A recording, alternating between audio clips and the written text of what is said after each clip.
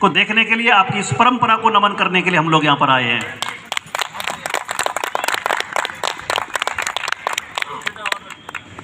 वैसे हमारे सामने ये जो टीम बैठी है, ये पूरे अर्बन होम्स का प्रतिनिधित्व करने वाली टीम है और एक 11 के समान है, एक 11 के समान हमारे यहाँ। और मैं तो चाहूँगा कि जो लोग पंक्तिबद्ध लाइन में दूर तक बैठे हुए हैं, एक लाइन बीच में बना दिया जाए ताकि हमारे और आपकी थोड़ी दूरी कम हो जाए, और जो आएंगे वो आगे इस फर्श पर आगे बैठ जाएंगे। जो नीचे रेड कारपेट है, बड़ा थोड़ा सा कुर्सी पीछे रखेंगे, थोड़ी सी पीछे रखेंगे, और जो आने वाले लोग आगे बैठ जाएंगे। और कुर्सी तो आजकल ऐसी है, पता नहीं किसके हाथ में है, कल किसके हाथ में होगी। अपनी कुर्सी अपनी जमा के रखिएगा, क्योंकि आजकल वैसे ही हरियाणा में कुर्सी का खेल चल रहा है। मैं हरियाणा के इस गुरुग्राम के सभी निवासियों को नमन करता हूं, और जो हमारे साथ मूर्धन्य विद्वान लोग बैठे हुए हैं, इनको नमन करता हूं। जैसा कि आपको परिचय दे दिया गया है, एक चीज आपको बताते हुए,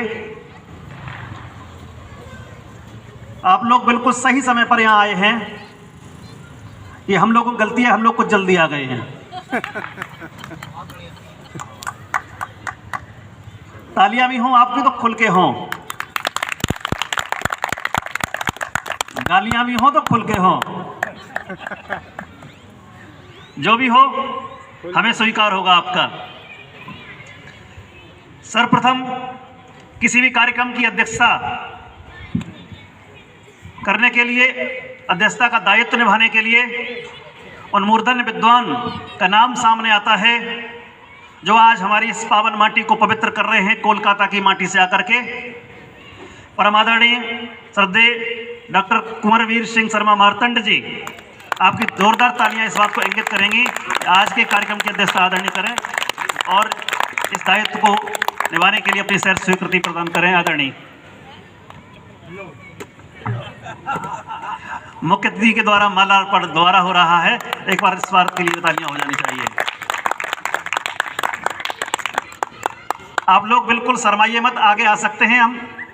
हम लोग आपके पास ही मिलने आए हैं। कुर्सियां हैं, फर्श है, और आज के कार्यक्रम के जो मुख्य अतिथि हैं, वास्तव में जो मुख्य अतिथि हैं बहुत बड़े विद्वान हैं। हमारा कई बार हम उनके साथ में रहे हैं, ये हमारा सौभाग्य रहा है। जिनके आवाज़ आकाशवाणी से पूरे हिंदुस्तान ने सुनी है, वहाँ डायरेक्टर रहे हैं, और आज ये जो आप देख रहे हैं, महामंत्री नागरी लिपि परिषद, यानी सेवानिवृत्त होने के बाद भी क्रियाशील हैं। दो ऐसे महान व्यक्तित्व हमारे बीच में हैं। एक बार जोरदार तालियां, अभिनंदन उनके लिए। और साहित्य के सलाहकार पुरुष हैं, बहुत सारी कृतियों के प्रणेता हैं आप। और कहते हैं आपने परंपरा का सही निर्वहन किया है।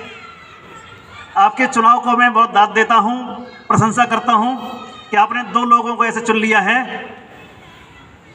जो गुरुग्राम की परंपरा को साक्षात साकार कर रहे हैं। ऐसे विशिष्ट अतिथि के रूप में जिन गुरु को लिया गया है, ऐसे गुरुवर प्राचार्य श्री KVS गिल जी।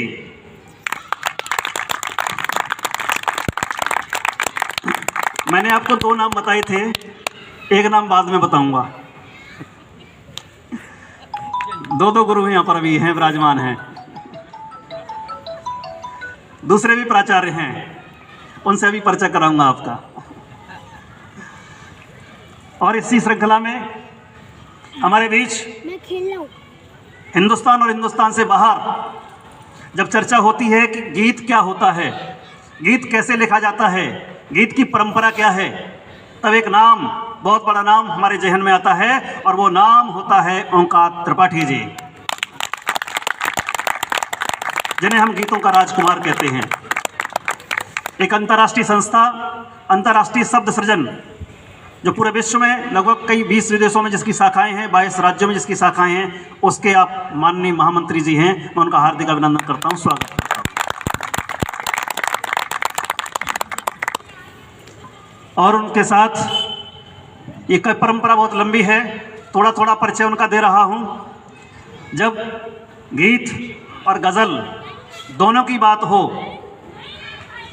एक एक शेर जिनका सवा शेर का होता है, वैसे लिखने में भी इतने माहिर हैं, एक एक शब्द उनका जादू कर जाता, हमारे ऊपर ऐसा असर करता है। ऐसे श्री ब्रज माहिर जी फरीदाबाद हरियाणा से हमारे बीच में हैं, उनका मैं सम्मान करता हूं, अभिनंदन करता हूं, जो अंतर्राष्ट्रीय संस्था के संगठन मंत्री भी हैं। भाई सबसे ज्यादा दूर से कोई विद्वान पुरुष हमारे पास आया है, क्योंकि विद्वानों की नगरी रही है, जहां विद्या का केंद्र रहा है। देश विदेश से जहां लोग विद्या प्राप्त करने के लिए आते थे, ऐसा एक विश्वविद्यालय जिसको कहते हैं नालंदा विश्वविद्यालय। और इस विद्यालय के पढ़े हुए छात्र, वहां के निकले हुए छात्र बड़े मेधावी होते हैं, और उनकी मेधा इस बात को प्रमाणित करती है, जिनकी कलम से सुबह 4 बजे उठ करके जिनकी कलम रोजाना एक कविता लिख देती है, प्रतिदिन कोई नियम टूटता नहीं है, ऐसे रजनीश स्वच्छंद जी होते हैं, उनका मैं हार्दिक अभिनंदन करता हूं, स्वागत करता हूं। इधर इस मंच के सबसे बड़े कवि, आप देख लेना, जब बड़े कवि इसलिए बोला है कि जब यहां मंच पर पढ़ने आएंगे तो माइक को ऊंचा उठाना पड़ेगा। ऐसे हास्य व्यंग्य के कवि श्री भूपेंद्र त्यागी जी हमारे बीच में हैं। इनमें केवल एक गुण नहीं है, ये नेता नहीं है, ये अभिनेता हैं। बहुत अच्छी एक्टिंग करते हैं, कई फिल्मों में काम किया, उसकी बाद में जब इनको बुलाऊंगा तब आपको जानकारी दूंगा।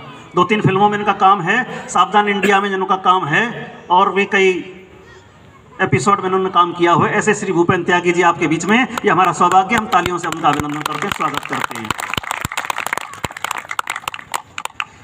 कहते हैं कि मंचों पर केवल फुहरता चलती है, अश्लीलता चलती है, ऐसा नहीं है।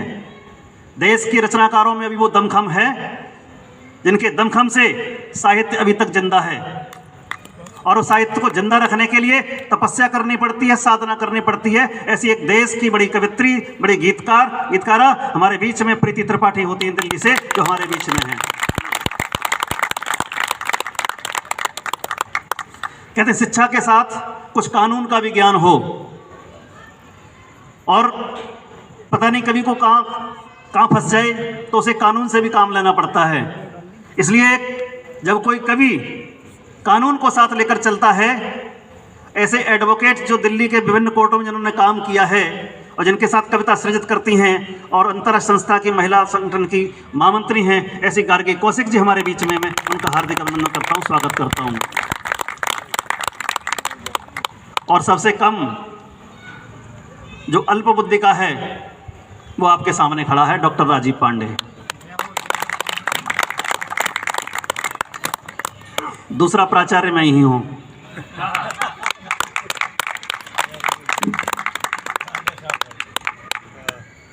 इसी आ जाओ, इसी पे। हेलो, हाँ, एक ऐसा व्यक्तित्व जो अभी सबका परिचय दे रहा था, शायद उस व्यक्तित्व, उस महान व्यक्तित्व के परिचय के बिना परिचय अपूर्ण रह जाएगा। मैं कहूँ तो साहित्य के क्षेत्र में, सेवा के क्षेत्र में, अध्यापन के क्षेत्र में और हिंदी साहित्य के क्षेत्र में देदीप्यमान अगर प्रकाश पुंज कहूँ तो वो प्रकाश पुंज है डॉक्टर राजीव कुमार पांडे।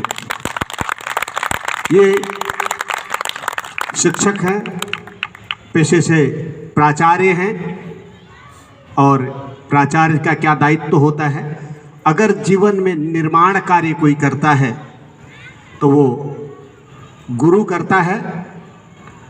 आपने गुरु के बारे में पंक्तियां पढ़ी हैं कि गुरु गोविंद दो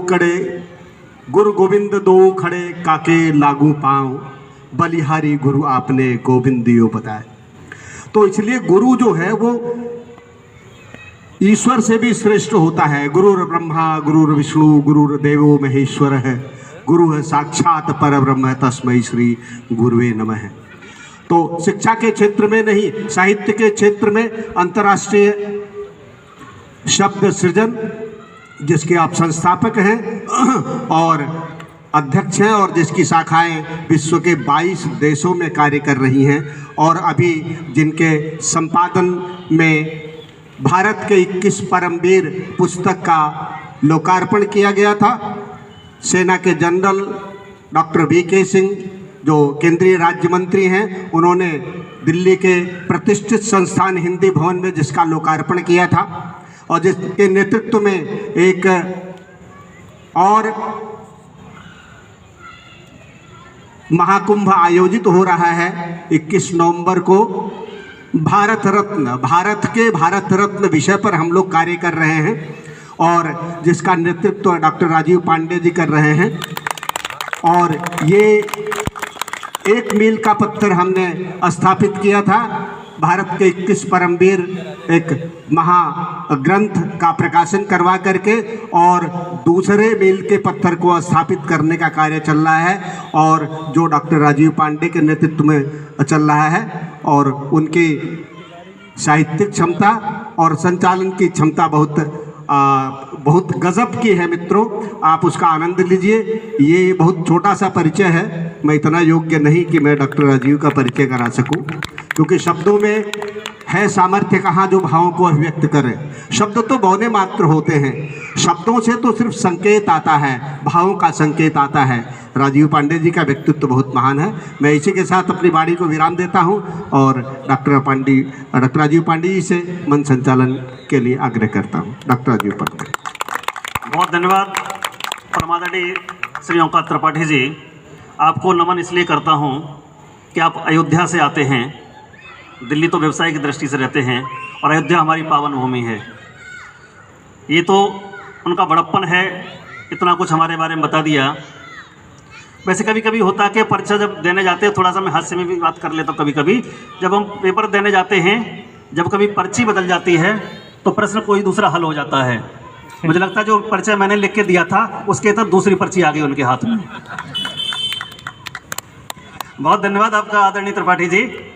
और बिना किसी विलंब किए हुए, विलंब के बारे में तो क्यों, मैं प्रधानाचार्य और टीचर पहले टीचर रहा हूँ, अक्सर आदत होती है किसी टीचर की लेट आने की।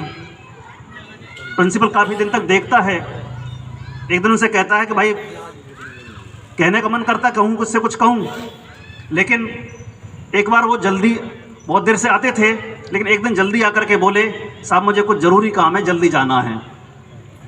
आए 10 बजे और 12 बजे चल दिए। तो उन्होंने कहा श्रीमान जी मैं बहुत दिन से आपसे कहना चाह रहा था, आप बहुत देर से आते हैं, ये आपकी आदत है, और आज बहुत जल्दी जाना चाहते हैं, क्या बात है? तो बोले महोदय श्रीमान जी कुछ काम तो जल्दी कर लेने दिया करो मुझे। तो हम जल्दी करने की कोशिश करेंगे कि हम, क्योंकि 4:30 का मुझे समय दिया गया था, 5 बजे का, और हम 6 बजे के बाद आपके सामने मुखातिब हो रहे हैं। हम लोगों को गाजियाबाद तक की यात्रा करनी, फरीदाबाद तक की यात्रा करनी है। अपने कब मित्रों से भी कहूँ, क्योंकि एक बार कभी शुरू हो गया बड़ा मुश्किल होता है उसको रोकना, इसलिए पूर्व में आग्रह किए दे रहा हूँ सबसे। और प्रारंभ करना चाहता हूँ माँ बाड़ी की वंदना से, कि माँ सरस्वती का जब तक आशीष हमारे सिर पर नहीं होता है, इस प्रांगण में माँ सरस्वती जब तक विराजमान नहीं होंगी हमारे शब्दों के द्वारा, तो हमारे शब्द पुष्प चढ़ाने के लिए मैं कवित्री प्रीति त्रिपाठी जी को आमंत्रित करता हूं मां शारदा की वंदना करने के लिए। एक बार जोरदार तालियों के साथ उनका स्वागत करते हैं।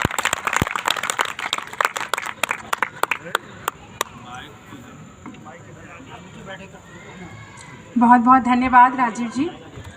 सादर नमस्कार सभी को। आदरणीय अध्यक्ष महोदय, विशिष्ट अतिथि जी, मुख्य अतिथि जी, और मंच पर विराजमान सभी विज्ञ कवि, आप सभी को हृदय तल से प्रणाम करती हूँ, और उपस्थित श्रोतागण आप सभी की उपस्थिति को नमन करती हूँ। आज की इस काव्य संध्या को प्रारंभ करने से पहले माँ सरस्वती का आह्वान करने का शुभ अवसर मुझे दिया गया है, तो बिना देर किए माँ सरस्वती को, माँ शारदे को अपनी इस वंदना से बुलाना चाहूँगी कि वो मंच पर आएँ और हम सभी के साथ आप सभी की उपस्थिति में हमें आशीर्वाद प्रदान करें। नमन शारदे माँ, नमन शारदे माँ, सृजन को संवारो। नमन शारदे माँ, सृजन को संवारो। विमल बुद्धि दे दो, कलुषता बुहारो। नमन शारदे माँ, सृजन को संवारो। विमल बुद्धि दे दो, कलुषता बुहारो। नमन शारदे माँ, स्वयं सिद्ध होकर तेरे गीत गाए। स्वयं सिद्ध होकर तेरे गीत गाए।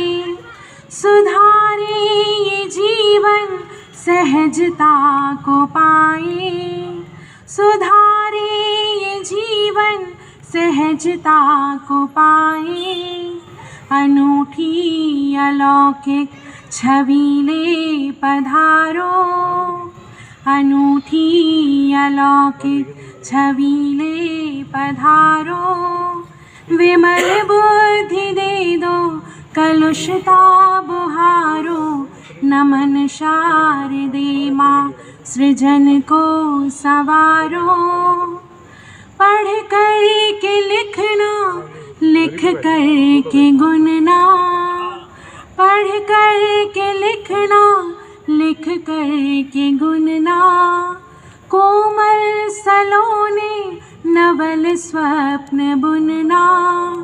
कोमल सलोने नवल स्वप्न बुनना।